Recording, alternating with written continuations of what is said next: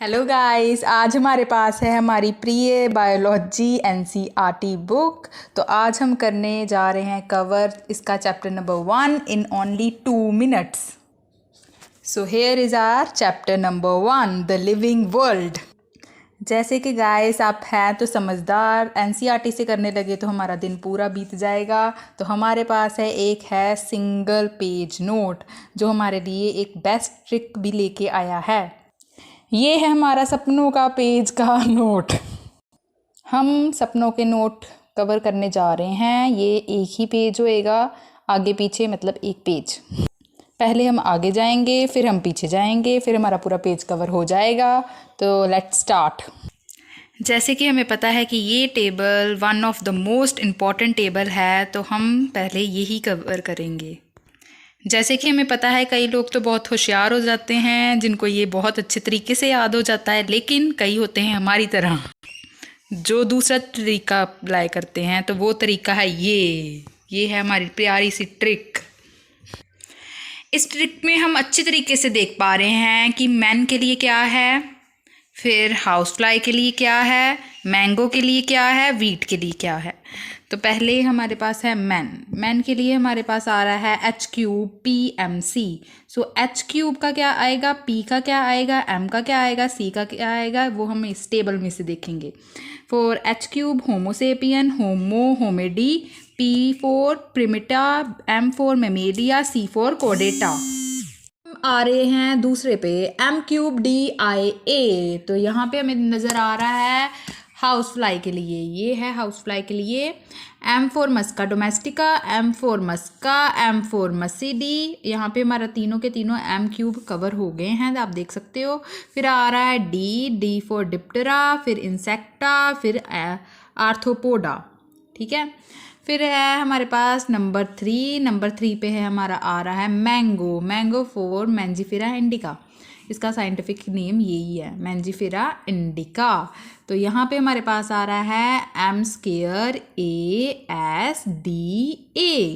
तो हम कवर करेंगे अब M for musca mangifera indica, then is mangifera, then is anacardiaceae, sapindales, dicotyledons, angiospermy.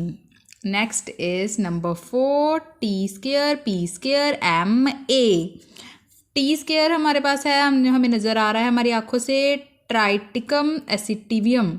Then हमारे पास है ट्राइटिकियम, फिर हमारे पास है पोएसी, पोलेस, मोनोकिटिलिडन्स, एंजियोस्पर्मी।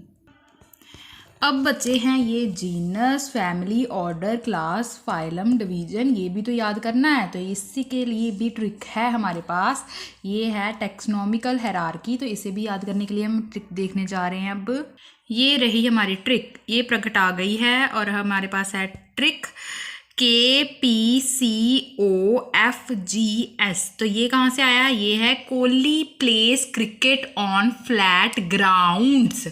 तो कोहली का K, प्लेस का P, क्रिकेट का C, ऑन का O, फ्लैट का F, ग्राउंड का G, और जो ग्राउंड्स S जो आ रहा है उसका है S, ठीक है। फिर हमारे पास आ रहा है K for kingdom, P for phylum, C for class, O for order, F for family, G for genus. हम आते हैं अपने मेन चैप्टर के ऊपर। तो हमारे पास सबसे पहले आ जाती है defining features and non defining features. तो इसमें हमें बहुत ही कन्फ्यूज़न होती है कि डिफाइनिंग कौन से हैं, नॉन डिफाइनिंग कौन से हैं। तो अगर हमें नॉन डिफाइनिंग का पता करना है तो हमें जस्ट ये याद रखना होएगा, नज़र कैसे लिखेंगे, NGR। N for non defining, G for growth, R for reproduction. और डिफाइनिंग के लिए क्या करेंगे, डिफाइनिंग के लिए हम बाकी जो बचे हुए हैं वो आ जाएंगे, metabolism, cellular organisation and consciousness. जैसे कि इस एनसीईआरटी पैराग्राफ में बताया गया है कि हमारे यहाँ पे मिलियंस ऑफ प्लांट्स और एनिमल्स वर्ल्ड में पाए जाते हैं, तो उन्हें आइडेंटिफाई करना कितना डिफ़िकल्ट हो जाता है। ऊपर से लोकल नेम्स उनके वेरी कर जाते हैं प्लेस टू प्लेस। तो इसी कारण हमारे लिए इनको रिकॉग्नाइज करने के लिए, इनकी कन्फ्यूजन दूर करने के लिए हमारे पास ये आ जाते हैं क्लासिफिकेशन, करेक्टराइजेशन, आइडेंटिफिकेशन, नॉमेनक्लेचर। तो इसको भी याद करने के लिए, ये टैक्सोनॉमी है और इसको याद करने के लिए हम कैसे याद करें, तो इसके लिए हमारे पास है ये वाली ट्रिक, क्लासिक सिनेमा। और क्लासिक का आ जाएगा क्लासिफिकेशन नंबर 1, और सिनेमा का C for characterisation, I for identification, N for nomenclature. अब हम याद करने जा रहे हैं टैक्सोनॉमिक एड। टैक्सोनॉमिक एड के लिए हम क्या कर सकते हैं याद, जैसे कि हमें पता है कि टाइगर या फिर मर सकता है या फिर जी सकता है या फिर उसका पोस्टमार्टम होएगा या फिर हम उसके बारे में पढ़ लेंगे, उसके पोस्टमार्टम को हम पढ़ लेंगे, तो वो हम ऐसे कवर करेंगे टैक्सोनॉमिक एड। या फिर डेड टाइगर मतलब उसको प्रिजर्व करेंगे, लिविंग टाइगर मतलब उसको कंजर्वेशन करेंगे उसका, और लिटरेचर उसका पोस्टमार्टम हम सिर्फ पढ़ ही सकते हैं। तो प्रिजर्वेशन में भी कवर आता है हर्बेरियम एंड म्यूजियम, ये 2 चीज़ें ही ये कवर कर पाता है।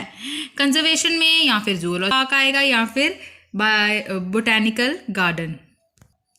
फिर लिटरेचर में हम बुक्स कवर कर रहे हैं ये कौन कौन सी, फ्लोरा, मैनुअल, मोनोग्राफ्स।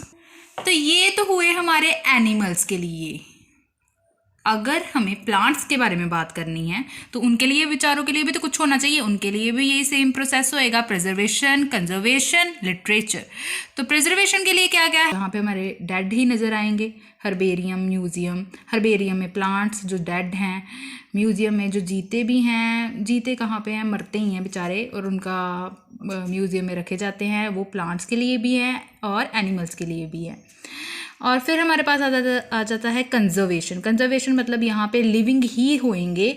तो बोटैनिकल गार्डन, जैसे कि one of the most important यहाँ पे दिया हुआ है क्यू बोटैनिकल गार्डन, जो है इंग्लैंड में। तो इसको याद रखने के लिए हमारे पास ट्रिक है किंगलैंड का हमें पता है, इंग्लैंड का किंगलैंड बना देना, किंग मतलब रॉयल, K फॉर क्यू, तो ये है किंगलैंड इंग्लैंड। तो ये याद रखना यहाँ से, क्यू का K, तो क्यू बोटैनिकल गार्डन क्यू, ठीक है। फिर आ जा रहा है हमारे पास इंडियन में और भी है, हावड़ा में है, नेशनल लखनऊ में है। फिर आ जा रहा है हमारे पास एक, ये तो हो गया एक बोटैनिकल गार्डन, और दूसरा हो जाता है जूलॉजिकल पार्क, जहाँ पे हम रखते हैं ओपन में। फिर आ जाता है literature for plants, flora plants के लिए ओनली, इसके बारे में पढ़ेंगे। मैनुअल्स में क्या पढ़ेंगे, नेम ऑफ स्पीशीज। मोनोग्राफ में क्या पढ़ेंगे, मोनो से आप क्या समझते हो, 1, तो मोनोग्राफ में हमारे पास है अबाउट 1 टैक्सोन। फिर आ रहा है हमारे पास एट लास्ट, हम पूरे चैप्टर का निचोड़ जो हमारे पास है, फुल फॉर्म ऑफ चैप्टर्स की, तो ICBN international code for botanical nomenclature, ICZN international code of zoological nomenclature. तो साइंटिस्ट नेम ऑफ चैप्टर्स, यहाँ पे जितने भी साइंटिस्ट हैं 3 ही हैं मेनली यहाँ पे दिए हुए। अर्नेस्ट मेयर जो है, जिसने बताया है कंसेप्ट ऑफ स्पीसी, जॉन ब्रे टर्म स्पीसीज ने दी थी, कार्लेस लीनियस बायनोमियल नॉमेनक्लेचर।